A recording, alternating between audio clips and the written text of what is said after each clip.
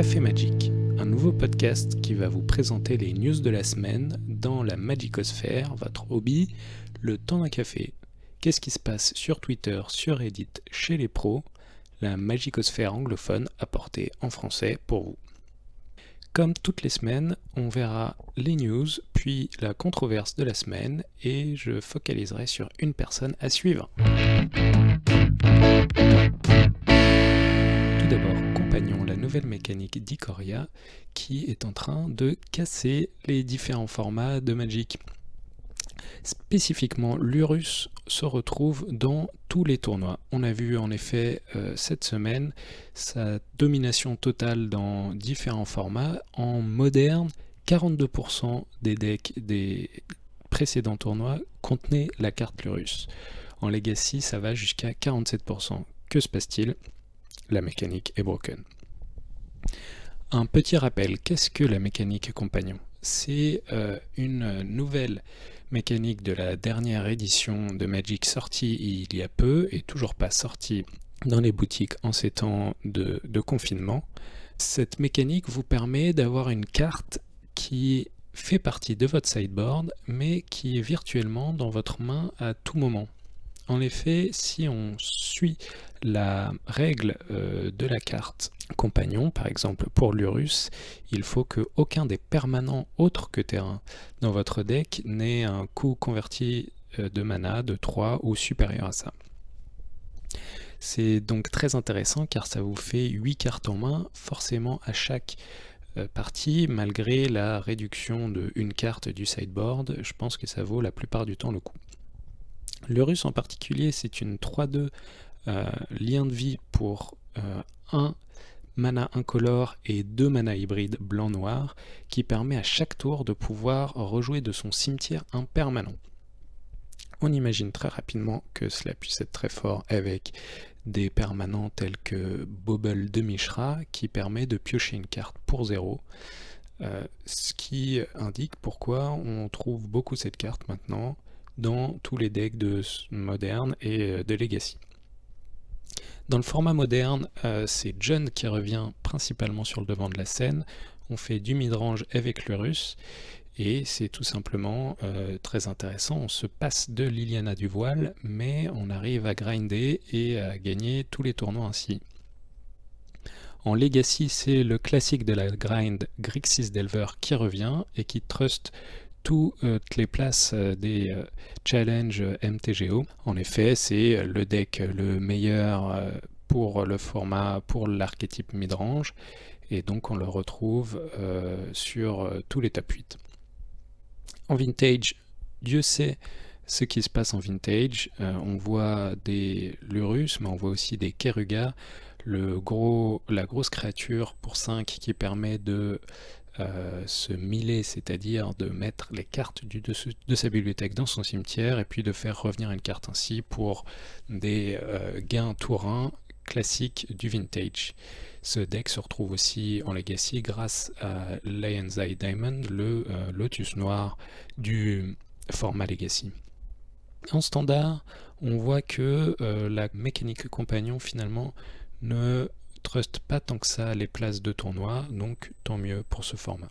En revanche, c'est ici dans ce format qu'on voit un nouvel archétype, un nouveau deck, un deck cycling qui permet avec la mécanique recyclage de recycler toutes ces cartes pour 1 et avec quelques cartes payoff qui par exemple des créatures qui permettent de grossir à chaque recyclage et afin de one-shot son adversaire en attaquant avec cette créature grandie.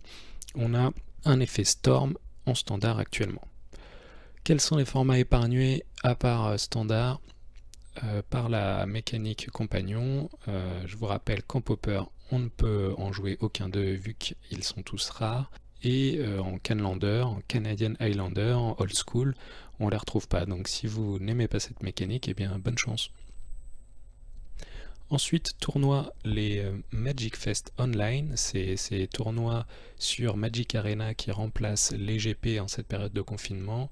On a vu la première Magic Fest Online finale ce précédent week-end. Pour rappel, c'est un tournoi qui, pour se qualifier, on doit faire pendant la semaine, il y a 3 fois par jour des qualifieurs pour lesquels il faut payer 25 $. Et si on fait 5-1 à l'un de ces qualifieurs, on est qualifié pour le Magic Fest Online de la semaine, le week-end, qui a un prize pool de 25 000 $ à se partager entre tous les gagnants. On a vu que cela faisait la controverse. Théo Méry, en particulier dans son podcast, le Podcaster Mage, a montré à quel point ça revenait cher de faire tous les qualifieurs afin de se qualifier pour un format qui finalement n'avait un prize pas si énorme par rapport à ce que les gens payent pour se qualifier. En revanche, il a par la suite eu un changement qui fait que si tu as 10 victoires dans tous les qualifieurs, tu es automatiquement qualifié à ce tournoi final. Donc au pire, si tu n'arrives jamais à faire 5-1, il suffit de faire un nombre qualifieur et payer un peu sa place au Magic Fest Hotline final le week-end. Donc celui-ci a été gagné par Rakdos Agro et on voit, c'est du coup le format standard, on voit Fire of Invention, le deck qui utilise cet enchantement, Adventures, Band Control et Rakdos Agro qui trust toutes les places du top 8, ce qui est une diversité pas mauvaise pour du standard finalement. Enfin, EDH pour les plus casuels ou compétitifs casuels d'entre vous, les decks arrivent le 15 mai. Préparez-vous, il y en a 5 qui sont tous aux couleurs des Wedge. On a un deck Jeskai, donc bleu, blanc, rouge, un deck Sultai vert, bleu, noir, Abzan vert, blanc, noir, Temur bleu, vert, rouge et Mardu rouge, blanc, noir. Attention, le deck Jeskai qui s'appelle Sagesse Temporelle contient une carte en particulier qui s'appelle Tutelle Féroce. Celle-ci, c'est comme une Force of Will, ou plutôt une Force of Négation, c'est-à-dire que c'est un contre-sort gratuit, qui en temps normal coûte 2 incolores et un bleu pour contrer un sort non créature, mais il est gratuit si on possède son commandeur en jeu. Attention, cette carte va sûrement être très chère parce que extrêmement jouée dans ce format et qu'un seul des decks ne la contient. Donc ça va être le retour de True Name Nemesis dans les decks EDH. Tout le monde va vouloir ce deck en particulier, ce qui risque de faire spacker le prix de manière importante. La controverse de la semaine, c'est sur les Fetchlands. En effet, ces Fetchlands, c'est ce cycle de 10 terrains.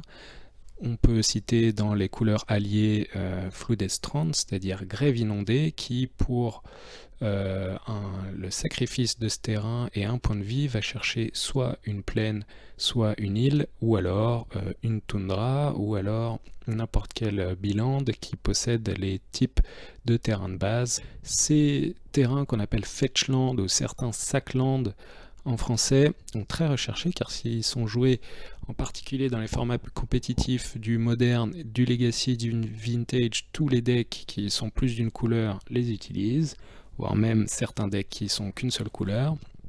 Et aussi dans les formats plus casuels, tout le monde doit jouer quand on joue plusieurs couleurs en ODH les Fetchland, ce qui fait que tous ces terrains coûtent assez cher.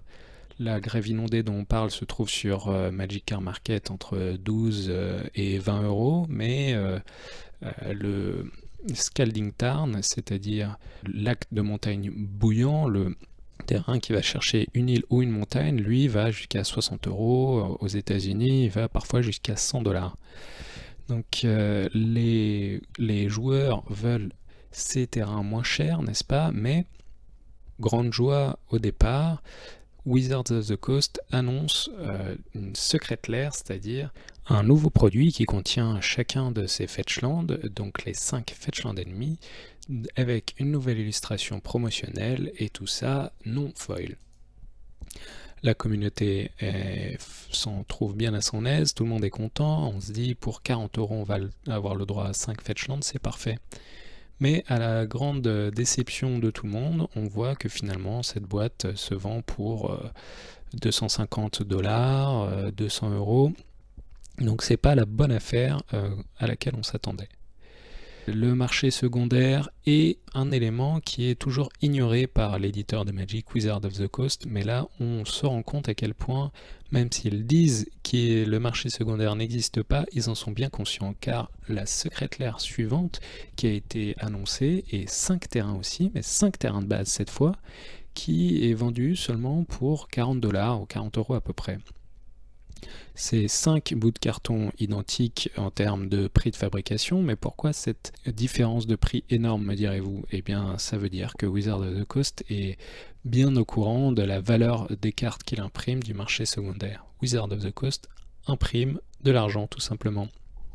On trouve dans la communauté des gens qui défendent les utilisateurs, la communauté, les clients, et qui disent « Reprint Fetchland ». C'est le slogan de Pleasant Kenobi, ce YouTuber anglais, et de Brian de Tolarian Community College sur YouTube. Ils veulent que ces terrains soient plus accessibles afin que tout le monde puisse jouer en compétitif à Magic. Mais c'est une controverse car si tu possèdes toi tes Fetchland, eh bien tu n'as pas forcément envie que ce soit réimprimé et que ça coûte chacun 5-10€. Qu'est-ce que vous en pensez? Dites-le moi par mail sur Twitter et on verra ce que ça donne.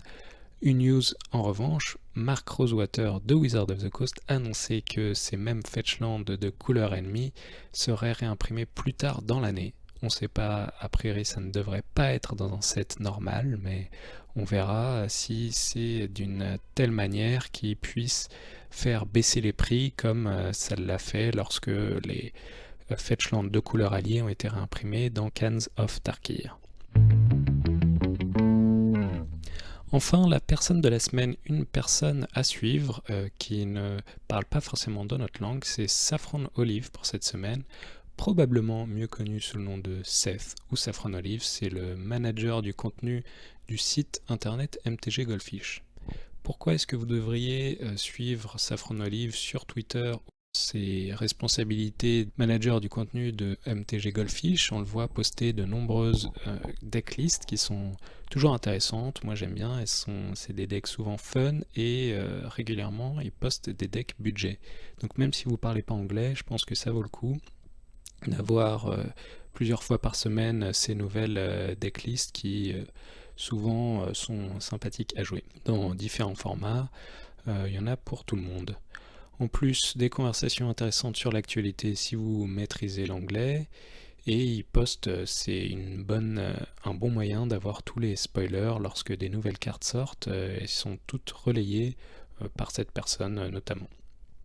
Parfois, on a un petit peu des conversations clickbait où il se lance dans les controverses et les discussions Twitter, notamment sur le sujet infini de la réserve liste dont on parlera sûrement une autre fois.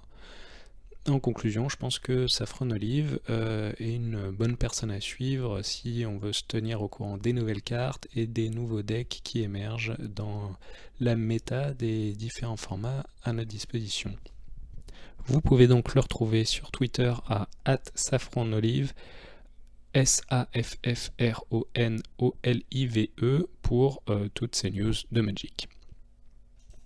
Et bien voilà, c'est le premier épisode de Café Magic. Merci de m'avoir écouté. Retrouvez-moi sur Twitter @MTGCoffeeTokens et à la semaine prochaine.